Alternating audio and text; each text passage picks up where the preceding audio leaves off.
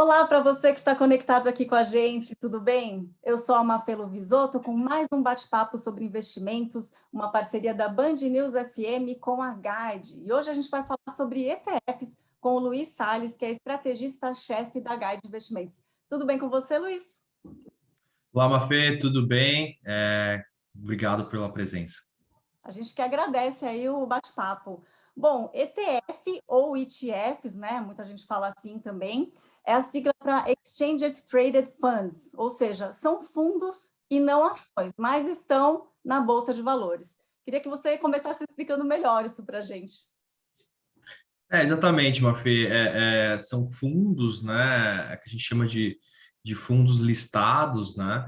Diferentemente dos fundos em que você aplica e faz o resgate nas plataformas, esses são fundos negociados em bolsa, mas que têm na sua composição ou ações ou títulos de renda fixa, né? Enfim, diversos ativos dentro desse fundo, né? Então, é uma boa maneira, né? Assim, resumidamente, é uma maneira da gente comprar várias ações com um instrumento só, né? Uma ação só, que é esse ETF, que vai englobar ali diversos ativos dentro dele. Então, maneira rápida, simples e eficaz de diversificar aí a carteira de investimentos. Perfeito. Então, na verdade, são as cotas, né? E não as ações, vamos dizer. Exatamente, né? Exatamente. São cotas de fundos, né, negociados. Então, a gente tem diversas cotas aí de diversos fundos que têm, né, composições diferentes, né, na sua, enfim, que acompanham às vezes algum índice, que tem ali uma composição de diversos setores, né, ou países, né. Então, a composição, né, dos ETFs muda de acordo com cada um, né. Então, antes do investidor olhar, né, escolher ali o ETF que ele quer entrar, ele deve olhar qual que é essa composição e qual que é esse índice que o ETF tá acompanhando. Tá? Ótimo. E quais são os tipos de ETFs existentes?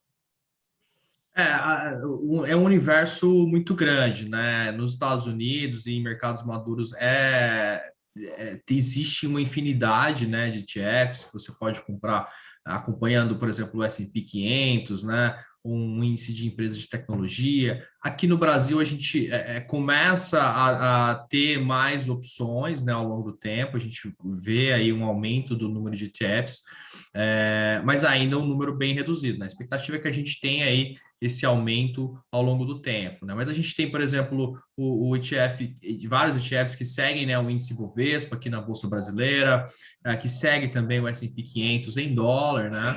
A gente tem também ETFs que seguem ativos da Europa, da China, de empresas de tecnologia nos Estados Unidos, do índice da Nasdaq, enfim, existem uma infinidade também de possibilidades, né? E aqui no Brasil a gente encontra com essas, mas a cada semana a gente vê novos ETFs entrando na Bolsa Brasileira, tá? Então, a gente é um mercado que segue crescendo bastante e que aumenta, né, cada vez mais essas possibilidades, tá?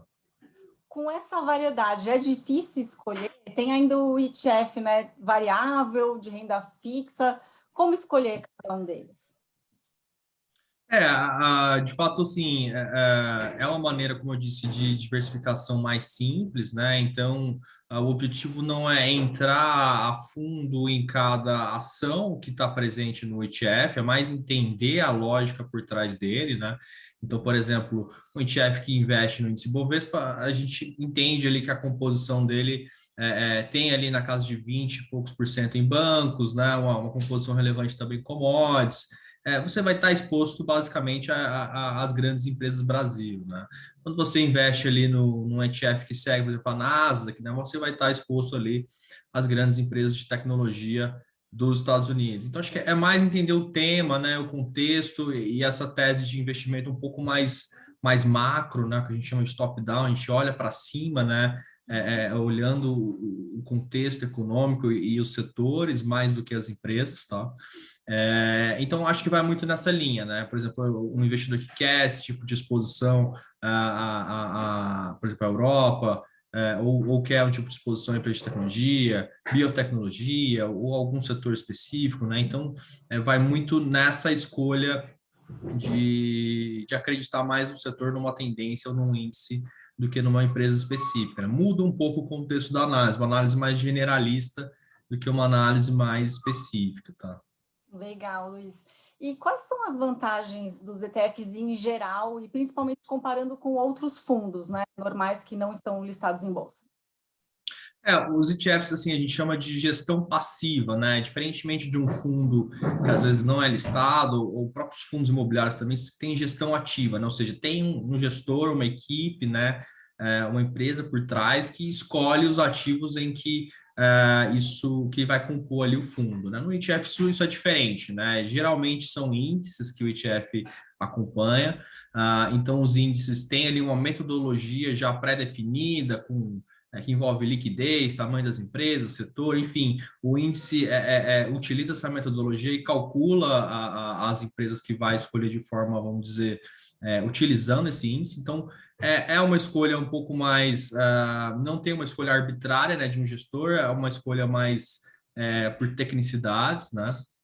Então, isso torna, vamos dizer assim, o ETF mais barato, né, do que um fundo ativo, né? As taxas são menores, né, do que um fundo ativo. E em termos de vantagem, você tem uma diversificação bem relevante por um custo mais baixo, né? Então, você não tem a taxa de gestão e você consegue diversificar, às vezes, em várias empresas com uma cota, um ativo só, né? Então, essas são as principais vantagens, né? E a gente vê que muitos índices, né, são às vezes muito difíceis de serem batidos também pela gestão ativa, né? Então, o próprio S&P 500, né, um índice hoje muito bem balanceado, né, que é difícil de você bater ele com uma gestão ativa, né? Os próprios índices mais temáticos também, né, trazem ali também às vezes momentos de uma alta bem expressiva. Então, você tem essas vantagens, né? Diversificação barata, tá? Muito bem. Então, a partir de qual valor é possível investir em ETF? Falou que é mais barato, né? A gente... Exato, né? A gente tem, depende muito do valor que é negociado, né? A gente tem ETFs que custam aí na casa de 10, 12 reais até 100, 200 a cota, né? Então, a gente tem a possibilidade hoje de negociar uma a uma, né? Na B3, então isso facilitou bastante, né? Então, assim, diria que a partir de 20 reais, aí, 15 reais a gente já conseguiria entrar, mas o ideal é ter um valor um pouco mais alto para conseguir entrar nesses ETFs um pouco mais caros, na casa de 250, 300 reais, tá? Então, Mas muito acessível, né? e bastante acessível, né? Com poucas taxas, né? Poucos custos. Então, uma maneira aí bem simples de comprar várias empresas, né? Com apenas 10, 15 reais, tá? Muito bem, você falou das taxas, né, que são mais em conta, só que eu queria que você entrasse mais no detalhe. Como é que funciona? Claro. Aos impostos também. Legal.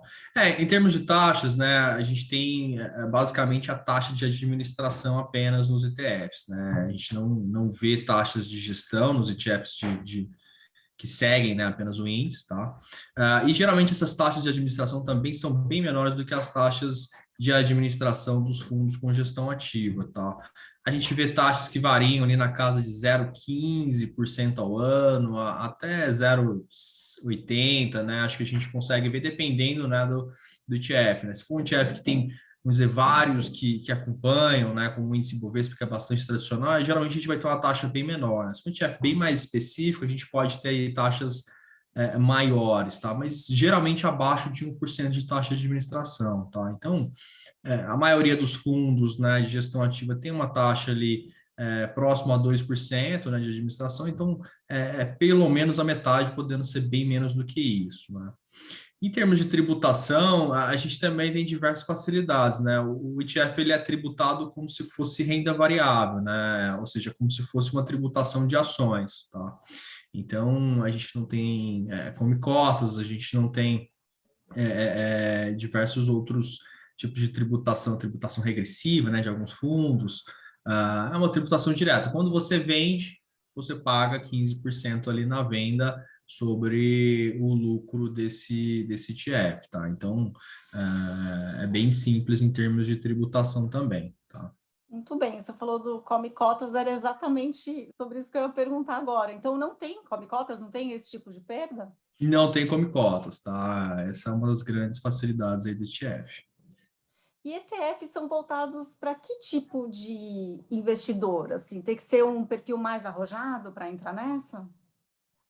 Não necessariamente, tá? É claro que tem que ter um perfil de renda variável, ou seja, o suitability ali de moderado, né, para cima, que a gente fala. Mas é um investidor que tem ali uma cabeça talvez não tanto de acompanhar tanto bolsa, né, acompanhar tantos ativos, né? Ele quer estar exposto à renda variável de uma maneira simples, barata e eficiente, né? Mas não quer ficar ali acompanhando qual empresa que ele vai comprar, enfim, qual ativo que ele vai escolher. Ele quer estar exposto à bolsa de uma maneira bem diversificada, tá? Ou também, né, até para os investidores que têm ali uma gestão ativa, é uma boa maneira também de compor o portfólio, né? Por mais que você tenha uma gestão ativa, é importante sempre ter ali um pouco dessa gestão passiva também, né? Então, serve das duas maneiras ali de compor portfólio, né? Mas também, claro, né, os temáticos também sempre ajudam em algum momento específico de mercado, né, que você quer uma exposição maior a um determinado setor. Então, de forma geral, né, tem várias estratégias que dá para aproveitar, serve para vários tipos de investidores, mas eu diria que na grande maioria eles são os investidores que querem acompanhar a bolsa sem acompanhar tanto de perto, tá? Perfeito, com certeza muita gente que está assistindo, ouvindo você falar isso, ficou interessado. Então, como começar a investir em ETFs? Para começar é bastante simples, né? Basta ter uma conta, né, em alguma corretora e a gente recomenda na Guide que você entre, né, no home broker, enfim, na plataforma de investimentos, e digite o ticker lá do ETF que você quer comprar, no caso do BOVA11, né, que é talvez o ETF mais famoso. Digite o ticker e coloque a sua ordem de compra com a quantidade que você quer e você já vai ter aí os ETFs na sua carteira, tá? Então, bastante simples, a mesma maneira de comprar uma ação, é só mudar ali o ticker para o ETF que você quer, tá? Muito fácil. Então, você interessado, entre em contato com os especialistas da Guide para mais informações. Luiz, muito obrigada, viu, pela entrevista. Obrigado, Mafê, obrigado a todos aí que nos acompanham, é um prazer estar aqui. O site da Guide é o guide.com.br. A gente se vê numa próxima. Tchau!